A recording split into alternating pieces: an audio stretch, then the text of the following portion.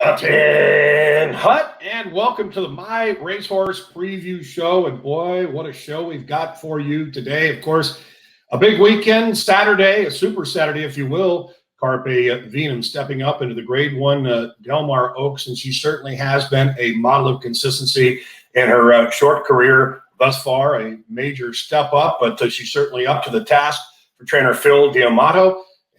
Partnership with Mr. Platts and, of course, My Racehorse and the entire team. And Lane Way will essentially look to set the tone mid-card. I believe that's race 5, and he's been dispatched as your 5-2 morning line favorite. So lots to discuss today on today's show, but without further ado, I want to welcome in my friends and comrades. First and foremost, our social hostess with the mostest, Hannah Bloom, salute, and our California West Coast racing manager, Joe Moran. Of course, our racing operations manager, Joe Meshiak.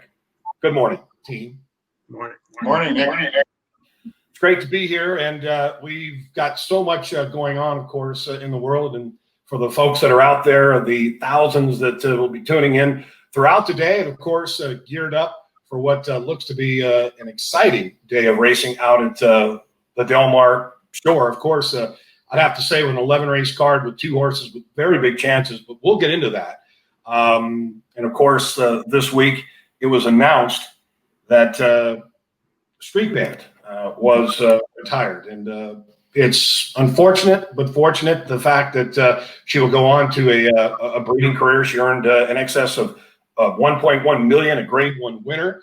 And before we get into that, I would like to just kind of touch with Joe Moran in reference to Carpe Vinum and some quick thoughts on the Del Mar Oaks as it be. And what are your thoughts on her training regimen and how she stands up for this particular race? Yeah, she really came out of her last race in great order. Phil D'Amato has really said it's the best she's ever looked weight-wise. She's eating well, and he's super excited just really how she's doing overall. Work-wise, probably the best she's worked in her career. She's never been the greatest workhorse, a great benefit at Del Mar, and now that she's a stakes contender, she gets to work on the turf, which she runs on all the time. Here we're going to be watching her most recent work, and she worked really well. She worked with the graded stakes winner, Red King, who's going to be running in the Del Mar Handicap earlier in the day, race 7, and he's a real honest horse. He started off a little farther back than wanted, but Carpe Vinum just kept running on it, and Phil was super happy with this work, and she just seems to be doing well. So it's all a matter of getting a good trip. Like you mentioned earlier, she's going to have the class jump, and she's going to have to improve. We know that. But second off the layoff, coming off arguably the best race in her career, we think she's up for the challenge. Well, it's good news. Obviously, we've got a seasoned rider who will be aboard for this particular race. With Abel Cedillo having won 3 straight graded stakes races aboard the morning line favorite, whom obviously is the horse to beat. And speaking of Laura's Light at 3-1. But with Aaron Gryder aboard, I know he's obviously done the homework. But the good news for the fans out there that are tuning into My Racehorse, the preview show, is that your $123 million purse-earning rider will be aboard a filly. And, of course, he's proven world-class, having won the Dubai World Cup, among others, including the Breeders' Cup. So, in referencing Laura's Light, the fact when you look at her races at this distance, in my eyes, I feel as if we've talked about in our huddle-ups in reference to handicapping this particular race, the 1 1/8 could be the separator. Carpe Diem, the sire of Carpe Venum, looking for his first graded stakes winner. And, boy, this would be quite a boon for that stallion who stands there at Windstar. But looking at Carpe Venum, Joe, second start back off of that layoff as she took some a freshener time. How do you see the 1 1/8 for her? And when you look at the dynamic of this particular race, is it in her favor? Yeah, I would say so. And really, when you go back and watch her last race, I think the part that really caught our attention was her gallop out. I mean, she really was getting going once she hit the wire and kept going, and she separated from the field on the gallop out. So she seems like a horse that she doesn't quite have, maybe that European turn of foot on the turf, but she's that steady, hard trying horse. And I think the extra ground she has, the better for her.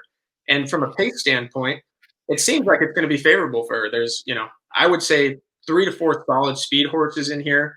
Parkour for Richard Mandela. She seems to be one that always likes to go early. When you look at her last form line, she had the lead by 10 lengths at one point in her last race, going 1 1/8. She's going to probably go early. Richard Baltus has Aqua Seaform Shame that's stretching out. Coming from the 5/8 distance, showing speed at that point, you would have to expect she's going to show natural speed on the stretch out alone. And then Laura's Light. She's been one that's always shown speed. I don't necessarily think she may be contesting for the top spot, but I think she's going to be right there sitting probably in that third spot. And then trickle in, she's going to be the question mark. Coming from Fairgrounds in Delaware, the times aren't quite as fast, though she likes to be forwardly placed. I think she'll kind of be sitting in that stalking position with Laura's Light. And ideally, we'll be sitting right behind them, maybe in that 5th, 6th position. The great thing, I know a lot of people have asked, well, what do you think about the rail for Carpe Vinum? Well, in my mind, she's ran twice from the 2-hole. She's been successful in both of those races. She seems to be a filly that likes to be undercover. So to me, it's an advantage. And as you always say, your famous saying, the 1-hole is the shortest way to the wire. So let's hope that's the case. Yeah, I do think that as far as post position, I would much prefer where she is versus, say, for example, being on the far outside of the 1 1/8. And, the European shippers, you got Nagy Blanche, the French-bred, the daughter Anadin for Leonard Powell. Flavian Pratt gets them out. So immediately that draws some attention there. But if you look at her races in Marseille and Cagny, in addition to Lyon Paris, you have to consider the fact that those distances that she was going is far much further. So I'm a little curious if 1 1/8 is actually going to be in her wheelhouse. And of course, you mentioned the Richard Mandela interloper, making that stateside debut in Miss Extra, who gets Umberto Rispoli. So knowing that both of our top turf riders are on Euro imports really kind of stands to reason this race does appear to be pretty wide open on paper. So quite excited for her. And Carpe Venum, again, she's been a model of consistency. She's had 5 career starts, 2 wins, 2 thirds, and a 4th. Second start back off of the respite. I have to say, I like her chances. Earlier in the day, as I alluded to, Lane Way, after having to skip a race that was previously targeted, is stepping up into this spot as your 5-2 morning line favorite. You and I talked about this race. What are your thoughts, and where do you see his placement early for a horse who also has been quite the consistent horse? He's had 5 starts, a second, and 4 thirds. Does he make amends today and graduate? Yeah, I sure hope so. He's been a horse that I've always been a fan of. He's just one of those cool horses, one to be around in the barn, not necessarily as a racehorse, but he's just one of those cool horses. And he handles his business so professionally. This was his work 2 back on August 4th, his first work back after grabbing that quarter. And he worked great this day. Richard was super happy with this work. He went 5/8, 59-1. And he really got over the dirt great this day. Though we think he's going to be long-term better on the turf, and he showed that in his last race. Ultimately, going to where he's going to be position-wise, after that last race, Richard Mandela, Gary Mandela, we kind of grouped up, and ideally they were hoping he'll be forwardly placed in his next start. So in this race, we kind of chatted about the 1 and the 3, Fire Polish, Western Smoke seem to be some early speed contenders. So I think a lot's going to be, playing the break here of how those horses break, necessarily where we're going to be exactly. But I imagine we're going to be in those top 3 positions. Flavian has the benefit of being aboard him on the turf and on the dirt previously. So he knows this horse really well. He has that experience of when he's going to make that move. Last time we came up just a little bit short. So I think we're going to see him being ridden a little more aggressively early. If he is stalking right off those horses, he might make that move a little bit early and hopefully break that native today. Well, I like the fact, sometimes things happen for the positive. I mean, granted, grab quarter is not necessarily a good thing, but when you consider how he's worked since the quarter grab post, as we noted that work on August 4th, it was a 59-2 bullet best of 18. Then he came back with another bullet best of 2, a 113-2, which can be quite demanding over that Del Mar track in the AM. So maybe the time, it'll be roughly 60 days between tries, this will be an opportunity for him to kind of get that stock and pounce. And I have to say, and I'm not sure if you agree with me, but when you consider the fact that he is having his second chance going a mile on turf, I think this will do great for the mental aspect of his game. And I think he'll settle more. Let's hope that he can blow by the pace setters. Absolutely. All right, so Lane Way, number 8 of 12 with a pair on the also eligible. That race going off at 4:06 Pacific, 7:06 for you out there on the Eastern Seaboard. And Carpe Vinum, she's looking to put a stamp on a Super Saturday for MyRacehorse and partners. She is number 1 of 11, 15-1 in the Grade 1 Del Mar Oaks. Be sure to tune in.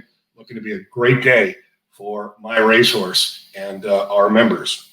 All right. Well, that's the action for a great Saturday, and of course, very much looking forward to it. And be sure to tune in, as well as other news. And of course, I also want to remind you that we're going to be bringing in Aaron Gryder, who will be climbing aboard Carpe Venom for the first time.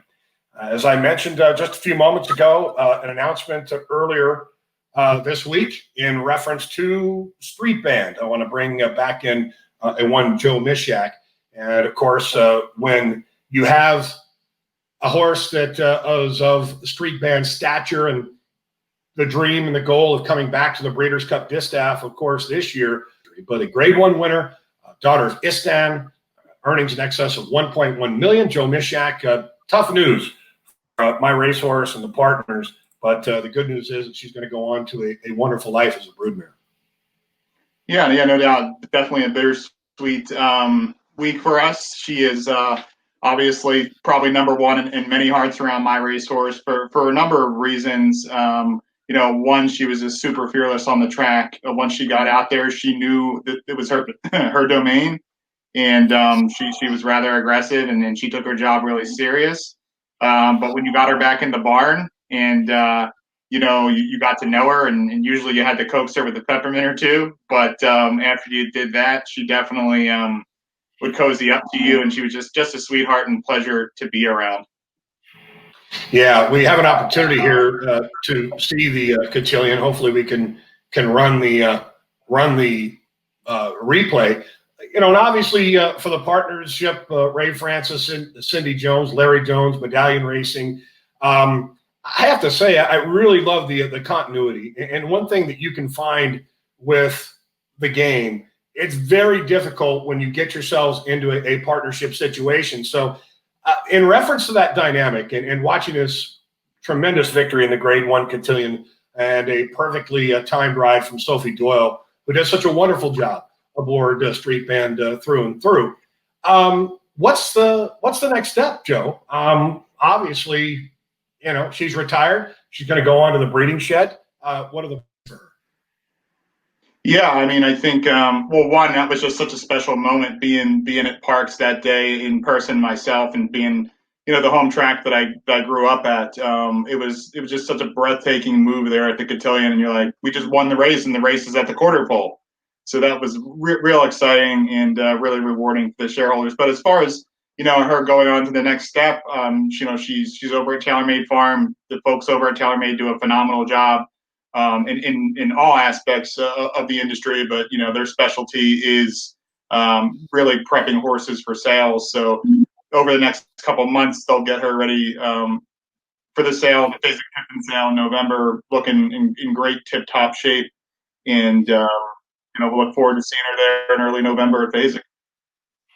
Yeah, well, no doubt. We wish her well, and of course, she has earned a special place in all of our hearts, and she is certainly one of those that had proved it from tip to tail. When you look at her career, it's something that's difficult to find in this day and age. When you see a horse that started at the age of 2 in July of that year, breaks her maiden in her second career start, goes on to become a Grade 2 winner in the Fairgrounds Oaks, and then evolves on not only winning the Indiana Oaks, but kind of encapsulating a tremendous campaign in 2019. But there it puts the perspective, to really be in the moment, share in the moment, and the experience of winning that type of a race is truly what we strive for at MyRacehorse. So we'll keep our eyes on that phasing sale in early November.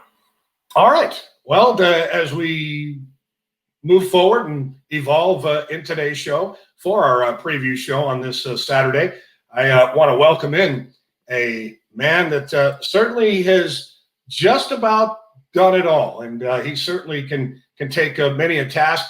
And a multiple Grade 1 winning rider who's won over 3,900 races with 123 million in purses.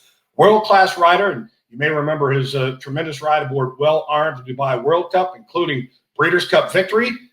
And he will be riding Carpe Vinum in today's Grade 1 Del Mar Oaks for trainer Phil D'Amato. We welcome Aaron Cool Rider Gryder. Salute, sir. That was quite the introduction. I appreciate that. How are you? Well, it's more than deserved, my friend. You know, obviously our relationship goes way back. In fact, I recently moved from city to city here in California, and I had an opportunity to go through a photo album. And I must say that our winning relationship, I think, is very underrated. We won a fair share of races together. I remember one particular race at Del Mar with a filly by the name of Mamita Chula, who stepped up the ladder. The one thing I can appreciate about you, Aaron, and more than anything, is that when you look at a form, you've got a shot. When you're on a horse, you got a shot. And that particular day when Mamita Chula stepped up for me while training, I think she ended up paying $42.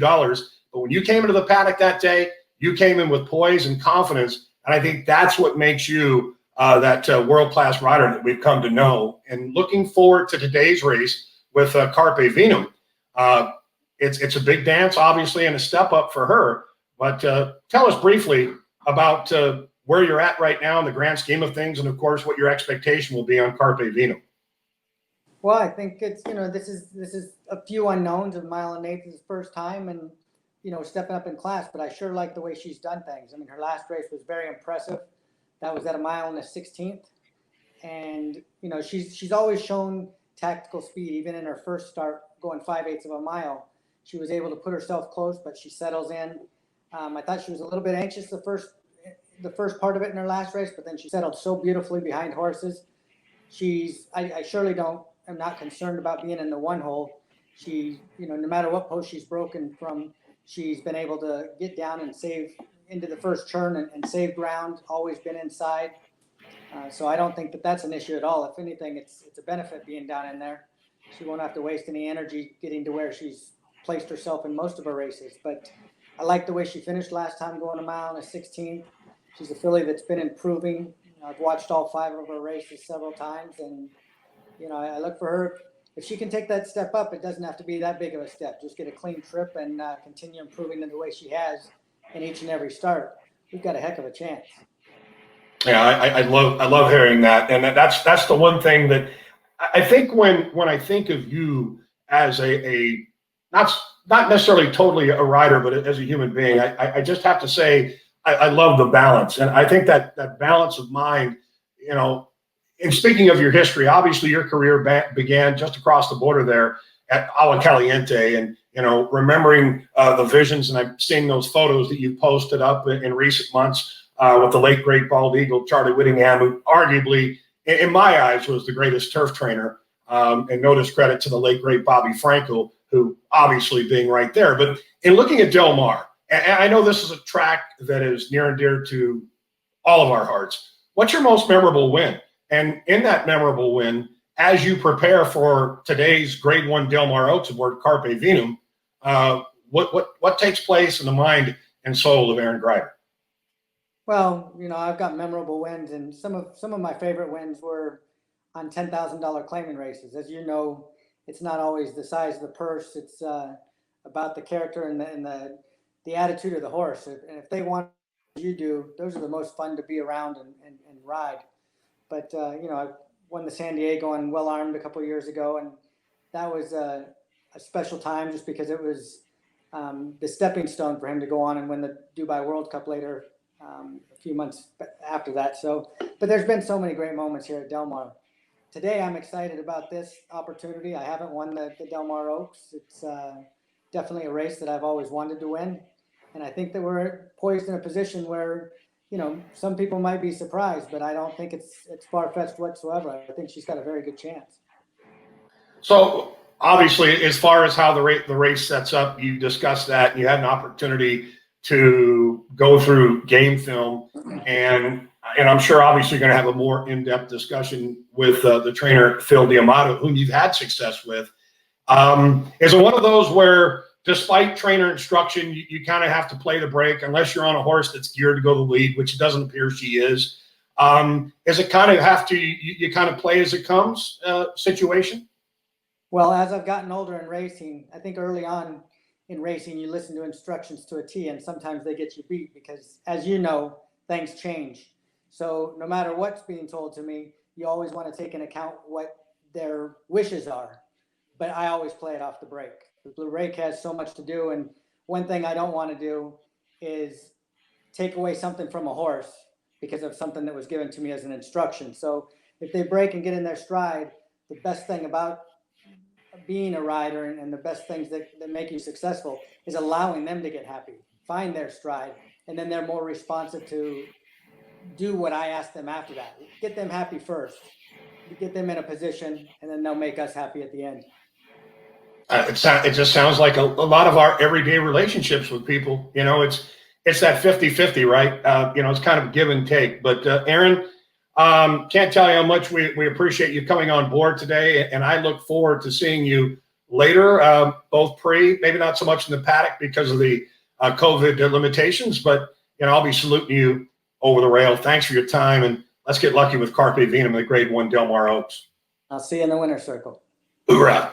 Cool Rider Gryder, and aptly named Cool Rider Gryder, Aaron Gryder, thank you for taking your time, and he will be piloting Carpe Venum this afternoon, and a reminder that post time just after, I believe, 7 o'clock this evening for her on the East.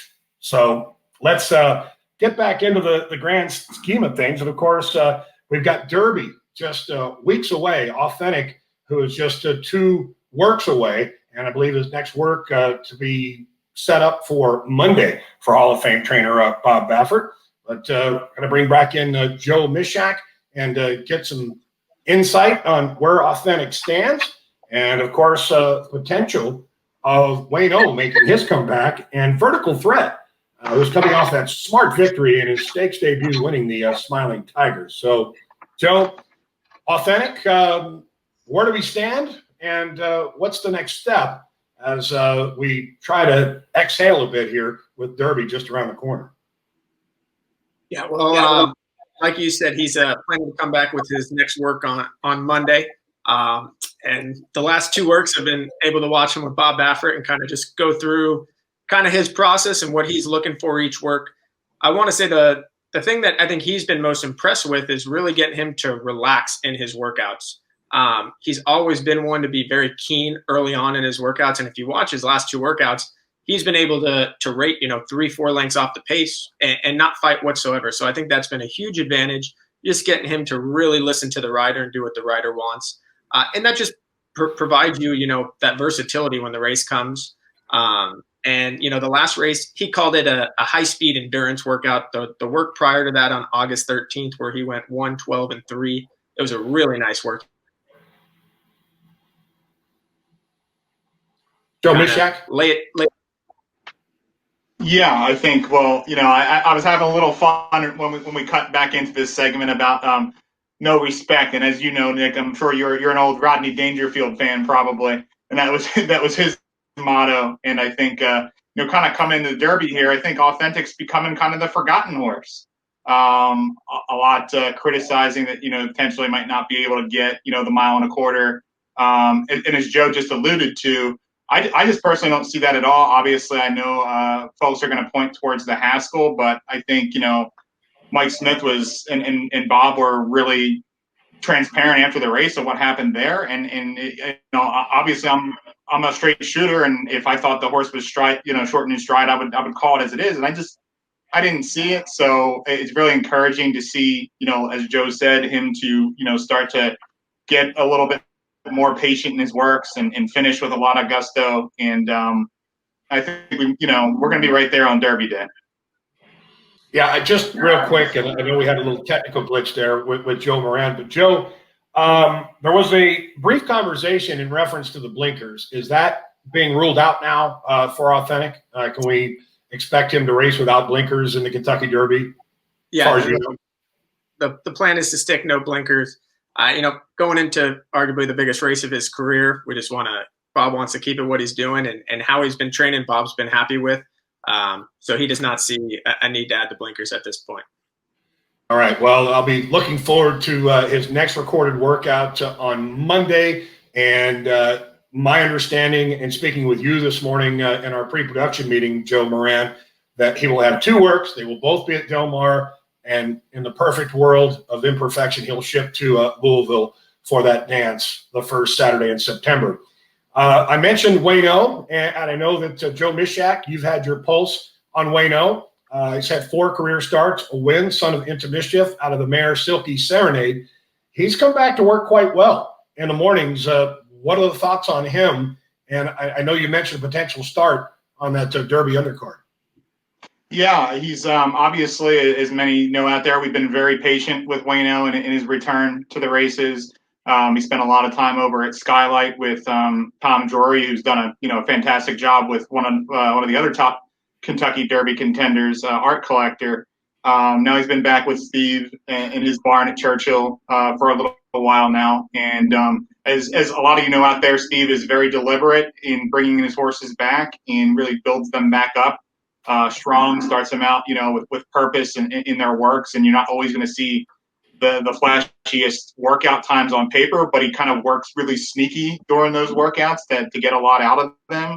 And just seeing his last workout at Churchill, it really put, really tightened the screws down. I think he went out in a minute and 3. And, I think, we'll probably be ready to roll on Derby Day. Of course, anytime coming back after a long layoff, it's kind of a tough task, but he's looking great. Looks like he's filled out great coming into that 2 to 3 year old career like we hoped he would. And we'll see where we end up. But Sons of Into Mischief, as Nick, as we've had this discussion before. They're just ultra consistent. And somebody asked me this question the other day: is the Into Mischiefs get better with age? Are they more precocious? And it's just remarkable to see they're just so consistent, whether you're turf, dirt, 2-year-old, 3-year-old. So I just think we still have a lot of we don't have a horse that like peaked early and we're not going to have fun with down the road. I think sky's still the limit here. Yeah, and he's truly been working so well in the mornings. I mean, obviously, as far as rankings, his most recent drill took place on August 17th. It was a 5-panel spin, 3rd of 47, and with our weekly updates with Steve Asmussen. I feel like this is, I don't like to use the term project, but I feel like Wayno, it has really been a great concentration for him to get him back. I'm highly anticipating his winning return.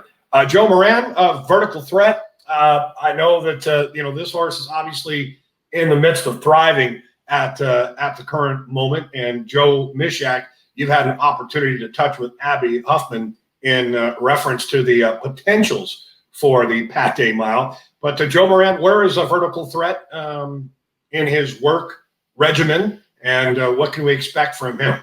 Yeah, so similar to Authentic, he'll have 2 more breezes. He'll have a work this morning. And I kind of how Joe was talking about the consistency factor with Into Mischief. One of my favorite things looking at Authentic or Vertical Threat's workout page is after every single race, when he comes back to work, he is extremely consistent with his pattern. He comes back, he has that nice, easy maintenance half mile, and then you start really getting into him and getting him prepared for that race. And we see the same thing going on right now. Talking to Richard Baltus, his last work last Saturday when he went 59-1. Assistant trainer Ruben Losa said it was very good, and he's doing great at the time. So fingers crossed everything continues well, and we'll like to see him take the step up again in Graded Stakes company.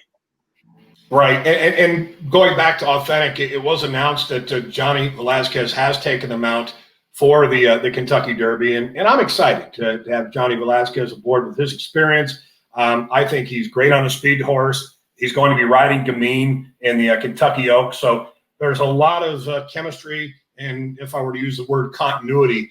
Joe Mishak, briefly, in reference to Vertical Threat, in regards to the rider, I know that you had some conversation with our partner, Slam Dunk Racing. What's the latest there, and have we committed to anyone? Yeah, the last conversation I had with Nick Casada at Slam Dunk Racing is there was still kind of a lot of moving parts due to the COVID situation and what riders were coming in and from both coasts. Obviously, there's been a lot of jock agents that have made a call to us and to Nick about potentially getting the mount on Vertical Threat. Obviously, so a lot of riders opted to stay at Saratoga and Del Mar. So Right. At this stage of the game, it appears we picked up the services of Tyler Gaffleone. Obviously, is a rider that knows a lot of tracks well, young rider that rides with a lot of strength, and I'm excited to get him on board. And he knows the Churchill track pretty well.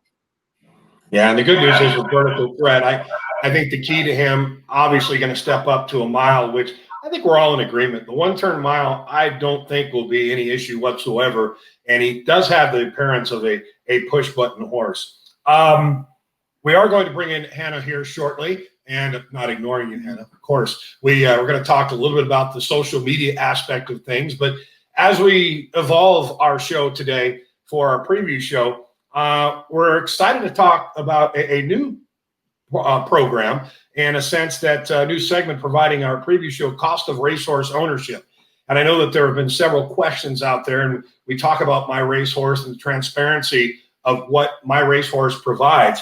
But I wanted to talk to both Joe and Joe in reference to monthly expenses, and then, of course, kind of get into the race day expenses, if you will. So, Joe Moran, I'm going to hand the ball to you, and you can kind of break down those race day expenses for the folks that are tuned in.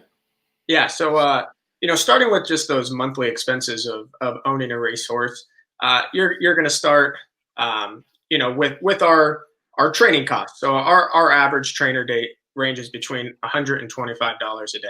So that's going to cover all your basic stuff, feed, trainer program, and as you know, as time has evolved, workman's comp has went up, and these costs have went up over time. I believe the last year it just went up on January 1st. And then we move on to veterinarian. This is a big part of horse racing, and all these estimates. This is pending everything goes well. So here, I put an average vet bill list from $400 to $1,000. Now this can range lower, it can range above that, and it just depends on your horse's status at that time and what's going on, and depending to each trainer.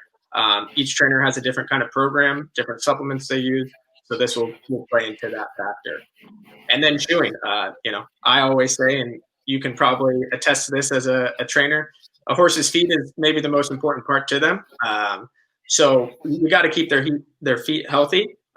There's all different types of shoes, whether you're using a standard shoe, glue-on shoes, quarter shoes, all different things like this play a factor into costs. Generally, horses are reshod every 3 to 5 weeks. This can change. Say a horse is trying the turf for the first time, there can be adjustments made. Or say a horse is trying the dirt for the first time, it's normally turf. All these things can go into that. And then also transportation. For example, Authentic and Vertical Threat, they're going to be shipping to Kentucky. So in that case, they're going to be traveling via plane. Horses can also travel via van. That's all going to fluctuate the price. So there, it's very a variable of cost and the distance traveled. On most of these costs, you're going to get charged via the mileage, definitely for vanning. And then dentist. This is a thing that can really depend on age of the horse, really the status. So we just put an estimate, rough approximation of $100 a month. And you do got to keep their teeth healthy. Keeping their diet and keeping them eating well is an important part of keeping them looking good as a racehorse. And then lastly, insurance premiums. Whenever you insure a horse, it's generally 5% of the horse value. So most insurance premiums are going to be a year long. So you can redo your insurance a year. Some premiums will come 2 years, but most of them will be every year. Well, there's most definitely a lot that goes into the process, and it's like anything else. It's easy to go to a horse sale and just kind of raise your hand and say, I can buy this horse for $5,000, but it's not the cost. It's the costs that go into these horses each month. And, I think the real importance is the care and the undivided attention that each one of these horses get as athletes, contending for thousands, millions of dollars. And of course, in Authentic's case, as as we go through the billing each month, some may look to the point of travel expenses. Why are we paying travel expenses? But at the end of the day, there's a lot of owner responsibility. Jimmy Barnes, of course, going to these big races and being Bob Baffert's main man. I think it's important to have his A team with those horses in those given situations. And I think for the day-to-day, when you have grooms that are taking care of these horses, EJ, I mean, there's so many underlying costs, not only for the trainer, but obviously it involves into the ownership. So thank you for that, Joe. Well detailed. And of course, I think variable is a good term for a lot of this because things tend to fluctuate. All right. So Joe Mishak, as we talk about cost of racehorse ownership, let's kind of get more into the detail of things as far as race day expenses and what those consist of. And you'll see many of these on a track statement, if you will, at the Horseman's Bookkeeper, Paymaster of Purses. You may have heard of that. Essentially, they'll break it down. But tell us the race day expenses that not only you would see in your Paymaster account, but also what you may be charged from a trainer. Right. So I think before I jump into that, it's important to note that as you started the segment with, is that we are super transparent in our financials and where the accounts range from month to month, and we thought it was important internally to start sharing what exactly goes into these costs and why it can be significant. You look at it sometimes, you look at your account and say, well, it moved by $5,000 in a month. Like how can you incur that cost, right? And as Joe alluded to, that's a lot of it that goes into that $5,000 is there's a lot of expenses to keep these animals in tip-top shape. So now moving into the race day expenses, I've heard a lot about, well, why are race day expenses so high? So in terms of that variable, a lot of that plays into how your horse finishes in a race. So obviously, if a horse wins, your expenses are going to go up because the trainer and the jockey are getting more. Now, what the trainer and the jockey get, what they get is for on the board finishes, and I believe it's up to 5th place in a lot of places. It's 10% of the gross commission for your horse. So if the purse is $60,000, 60% of that goes to 1st place. So from there, the trainer and jockey would get 10% each. If the horse finishes at the back of the pack, doesn't have a great race day, then typically the jockey just gets a standard mount fee, which can usually be about $50 or $60, per mount fee. And then the trainer, generally, if he bills you for anything, it's not very much at all for kind of a poor performance. Going back to a winning performance, they also have trainers have a very common stable bonus of an additional 3% that they charge the owners for a win. Then there are also minor fees that go into getting your horse to the post on race day, such as pony to the post. That goes from the post parade out to the gate. That's around $50, I think, generally a day. And you have late administration by a third party vet. Also can range in that $50 to $75 per race.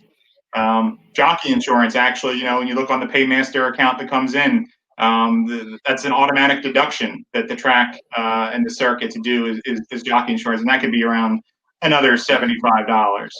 And just a few more fees that go into it that they're small, but obviously you can see on the screen that they add up, and that's why we break them down in kind of our posts that we do after and before the race. And then, of course, for most races, we're not going to have to pay any fees to get into the race. Most, claiming races, maiden races, allowance races, there really are no fees. But once we get to levels like the Kentucky Derby, the Pat Day Mile with Vertical Threat, there are these nomination, entry, and starter fees. It costs a few $100s to nominate a horse to a stakes race, whether he goes, he or she goes to the race or not. Then when you get there, there's an entry and starter fee. So I think for the Haskell, there was an entry and starter fee. Off the top of my head, it might have been around $6,000 per. So $12,000 of just fees to have your horse participate in the race. That's kind of just what you deal with when you're running in these huge purse races. Kentucky Derby, I think it might be $50,000 entry, $50,000 to start. Obviously, if we get there and we win a race, we're not worried about those fees when we pick up a $1.8 million check or something like that. But just some of the costs that go into having your horse on race day. That really sounds like a lot of work, Joe Mishak, and that's, I think you prefacing it by saying that we are clearly transparent, and at MyRacehorse, the one thing to consider is that I'm going to go back to Joe Moran, and he referenced the variable. For example, if we were to fly a horse from a 2-year-old training sale, say to California, the going rate generally will be right around $5,000, depending upon how many horses would be on a pallet. However, if they're looking to try and close a flight to get a flight out, we might be able to negotiate a little bit and get that price down to $3,500. So it's not necessarily a set number, but when you look at the race day expenses, stable bonus wins, it's the going rate nowadays. When I was training, I would always supply a 2% barn bonus when horses would win.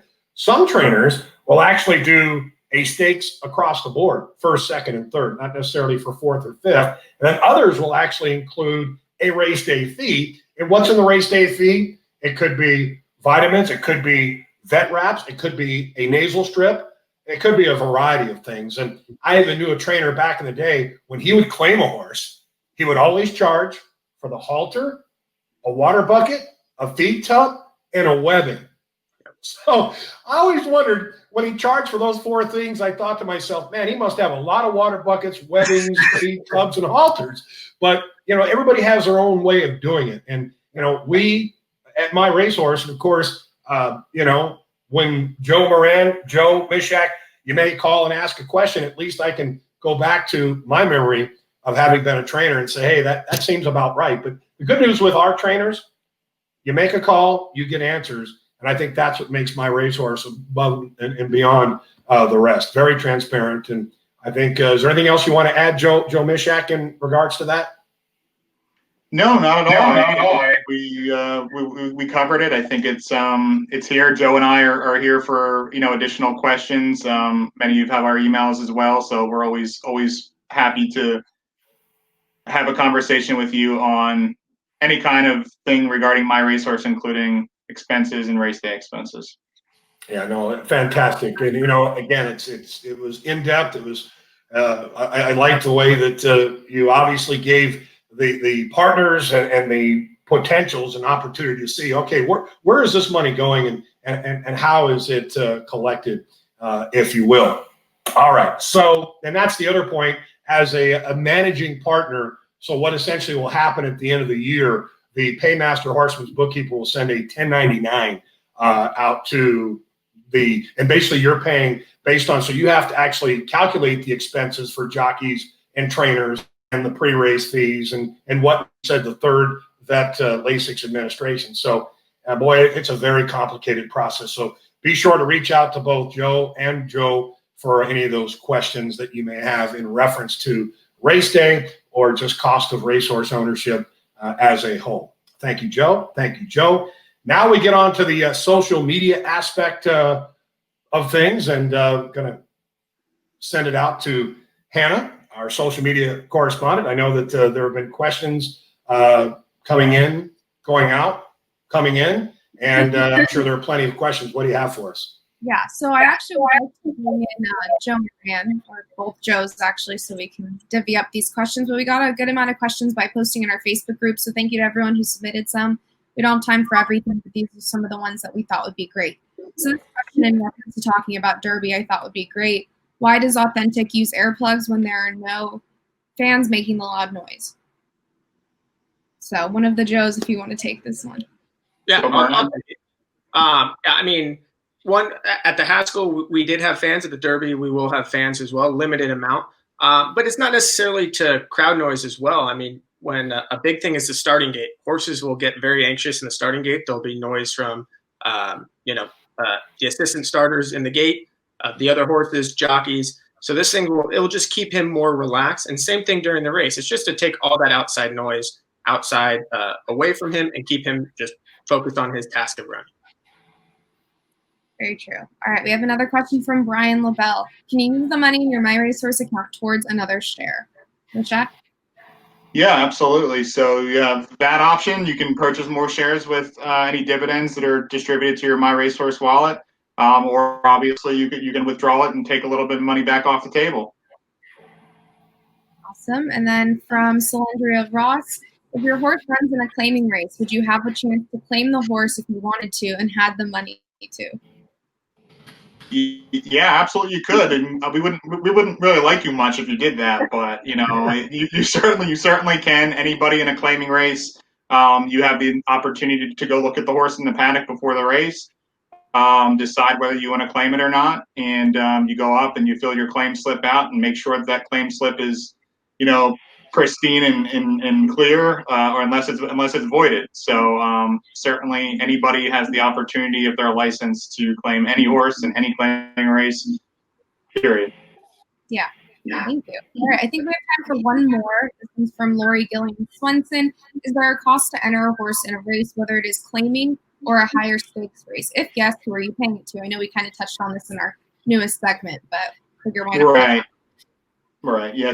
Kind of jumped it there is that, yeah, in most races that there isn't any fees, but in higher stakes race, absolutely. And it goes to the track. But as I stated, that money, is what helps build up some of these purses. So you're more than happy to pay it if your horse certainly gets to the wire, or, is in the money and you're making a good return on your investment, so to speak, of entering that horse in that race. Great. Well, thank you. I mean, I think as always, we enjoy the questions, and thank you for everyone for submitting. We only have time for so many, but these were great. And also, I wanted to point out again, my racehorse shop. I'm wearing my new MyRacehorse shirt. You can't really see it, but a lot of great gear on MyRacehorseShop.com. And again, let's see those thrills this weekend. We'll be sharing that graphic around this weekend, but please film yourself watching your race. Use the hashtag MyRacehorseWins, and you have a chance to win a $500 MyRacehorse gift card. I think that's fantastic. And Hannah, that's a tremendous swag that you have. Once again, I'm always jealous of the fact that you always seem to be ahead of the ball. But I know that Joe Mishak's working on my T-shirt size and my hat size, because I tend to be on the enlarged side of things. But it has nothing to do with my ego, because I have none. Well, it has truly been a tremendous show, and I think we covered a lot in the grand scheme of things. And I want to thank each and every one of you. Of course, our hostess with the mostest, and Hannah Bloom, Joe Moran. I know that you've been working very hard, and California has been under duress with the fires, and I know that with the heat and your travels, you've done a tremendous job with the updates. And Joe Mishak, this is an important time. Of course, with Carpe Vinum stepping up into Grade 1 company today, in addition to what we have ahead with the Kentucky Derby, and as those horses that we mentioned on the undercard, including Vertical Threat stepping up in the Greatest Stakes company for $500,000. But, again, I want to thank each and every one of you, but even more importantly, the fans out there and partners of MyRacehorse, and knowing that there is no us without you. And we sincerely appreciate your support. And we love hearing from you, as Hannah alluded to, the fact that if you've got questions or thoughts and you want to be involved, and perhaps you'd like to be a guest on our show, feel free to reach out to any one of us. I'm easy to even find there in social media at Hindsight. And I want to wish you all out there safety and health, some trying times in the world, but hopefully we can stay in the positivity of MyRacehorse Nation, and hopefully a winner's circle photo will be in store. So thank you from the bottom of our hearts from each of us here at MyRacehorse. Good luck with Carpe Venom and all the runners setting forward. A reminder, post time for Lane Way, 4:06 Pacific, and that would be Carpe Venum just after 6 o'clock for the Grade 1 Del Mar Oaks. And a big thank you to Aaron Gryder for taking out his valuable time and joining us for our MyRacehorse preview show. Enjoy the weekend. Hoorah. Good luck, everyone.